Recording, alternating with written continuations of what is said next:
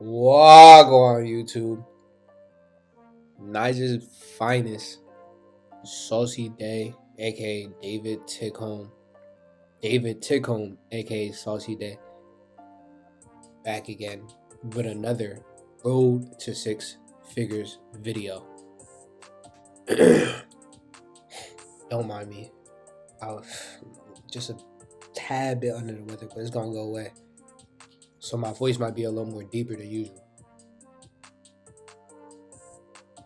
Well, I won't even say deeper. I'll say a little more raspy. We started off this week, Monday, February 26th, 9 a.m.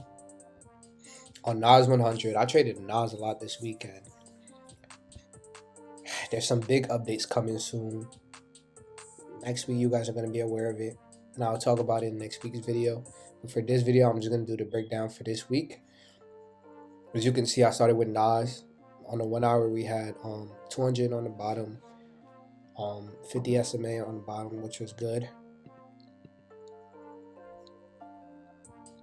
As we could see, we also had 200 running through price on the 15, still on the bottom, as well as the 50, which are two most important indicators if we even look at it. And following structure, we also had breaker structure, as we could see, and then we had a high probability zone right here. The thing with this trade was that we got the breaker candle, as we can see, and it faked us out. There was really nothing we could do about it. It was pretty high when I looked back. However, the only reason why I don't get too, as we can see, it created orders in this area up until 1 a.m. and then it shot up. The only reason why I don't get too pressed about that on Nas is because Nas moves based on stocks and based on New York Open and things of that nature. So you can pay more attention. You can pay attention to structure, but you gotta always look at live price when it comes to Nas, because it could go up for the whole day. It don't matter, and night. London and New York session, there has been times where it's always shooting up. However, on this one, it didn't happen. And usually what will happen is the first move will be a fake out. I seen that it maintained in this area. Got another breaking candle right there. And it looked as if, like I said, it touched the 50 SMA. Was an indication to get out, but you know what I'm saying? This could have easily have flipped on the other side and went up. And it just happened to be another loss on the day. This is why risk management, I always say, is very important, because this is going to happen. You follow your edge, you follow all your rules, and sometimes, you know what I'm saying, you lose the battle. But you always win the war when you follow your rules and you follow your plan. Stick to it. Stick to it. So now we're going to move forward. Continue Tuesday.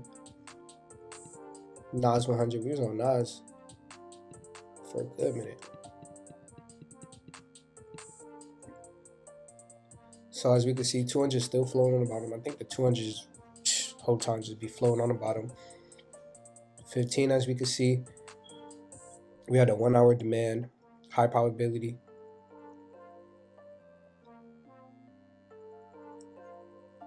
We had the 50 SMA going up. And let's see what I ended up catching. Came back right into that zone. As you can see, touched the 200 EMA. As we can see, what I peeped was that this was a liquidity grab, right? So because I seen a liquidity grab, it took a little time because it sped off fast. I was able to get in. I was able to even leave a runner. See right here, this candle right here tested me, but I was able to stay in, and it smacked for a good RR. I got a lot more points than I would have. You know what I'm saying? Still learning to hold my trade. Still learning to pay attention to live price action. On this one, I had this coming to me. I got in. So yeah, to continuing from Tuesday, It's just 9:30 candle. I was still in the trade when I should have gotten out there. I should have skedaddled, but I didn't. So I got bit in the butt. Basically broke my rules and I lost the trade tremendously, as you can see. Whew. This is why you don't even play with it, because as you can see, everything was like, okay, going our way. We left a 1 hour demand, touched a 5 minute zone, and loser. Given that it was low probability, we were leaving a 1 hour high probability zone, which was higher time frame confluence. And when we have higher time frame confluence, we can take lower time frame, i.e., 5 minute low probability zones. But this one didn't hold, as we can see. So to continue on the day, that was Tuesday. Happens. So now let's go to Wednesday. So Wednesday, February 28th. Yes, still trading Nas. Wasn't lying about it. 200, as we can see on the bottom, 58 May on the top. Pay attention, 200. 200 is on top, 58 May touching price.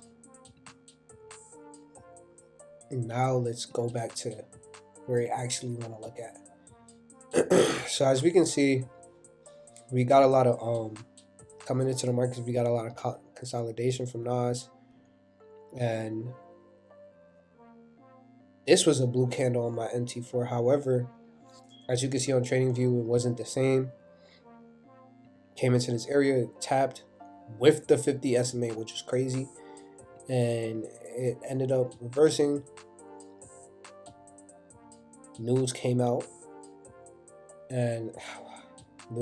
once again, and I this is one thing I also realized. A lot of these are unforced errors. I could have easily have paid attention, because I got in fast because I saw it dropping, and I was like, okay, now it's ready to leave. No, this is what happened. So it actually liquidity grabbed all of this area right here, came back up, and grabbed liquidity from up here, came back down, grabbed liquidity, and yeah, that's what happened. I tried to re-enter when news was happening, which wasn't the smart. I always want to make sure that I see an edge. I mean, at the same time, it never broke that zone. However, I have to give it time for as soon as the market opened, I should not rush into anything until I see what I need to see. And as we can see, it did a liquidity grab to the top and to the bottom. But at this point, I would already hit my 2 trades for the day, so I was done. Follow that trading plan. So Thursday was actually GU, right? So boom, let's go to GU. I only really seen one good setup on this day. I seen as we can see, 1 hour 200s come through price. When 200 come through price, we look for liquidity grabs, mostly over supply and demand. Boom, as we can see, we see the order flow. 200 come through price on the 15. Go to the 5 minute, and the same thing on this trade, if I believe correctly. Yep, all I did was wait. I saw liquidity grab. I saw it come up, and I profited on all of this. I don't know why I didn't leave it on there, but I took this breaker candle right here, literally right here, and hit my 1 for 1, but I held it until right here, and then that was my exit, and I won that trade. To continue, and we won that trade, which was a good win. Like I told you, 200 running through price, 930 candle opened. I waited patiently, saw the liquidity grab, waited for the break of candle, and I was able to profit on that. Patience will always help you in the market. Don't hesitate, but be patient enough to see it in live price action first, then execute. So my last trade was today. Actually. Once again, it was a liquidity grab. We had the 200 flown over the top.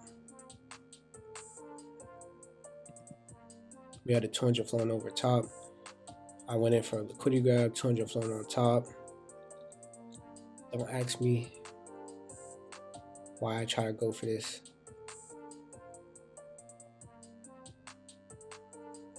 Oh yeah, I remember now. I thought it was liquidity grabbing from right here, and I saw the 200 cutting right through, which I know when the 200 is cutting through price, it likes the liquidity grab. However, there was a lot of PMI hit today, and it was all good. A lot of it was good for the U.S. So when the U.S. gets good news, the Great British Pound tanks. So does Nas, and New York Open. Like, this was after New York Open obviously got in, and boom, it was a loss. And on the day, I didn't really see no other setups. It was just, as you can see, it was spiky, and that was my week. I went 2-7. However, because of my risk management, it was kind of break even. But what I learned is I had a lot of unforced errors. Two things that I very much realized that I have to take notice of, and that we all have to take notice of, is, listen, you have to follow your rules, not just the minimum trading amounts or the risk management. You also got to listen to your execution. If your execution is not happening the right way, do not, and I mean do not take the trade. Do not take the trade. And be patient. If you don't see your setup, don't force something that's not there. I had unforced errors, which is why I took some losses that I shouldn't have taken. If anything, this could have been a more profitable week.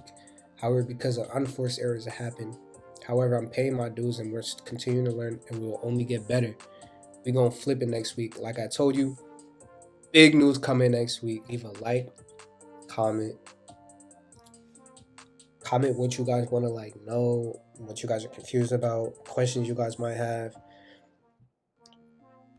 Comment what type of videos you guys want to see, whether you want to see what do I do on my daily basis, how do I come to the market.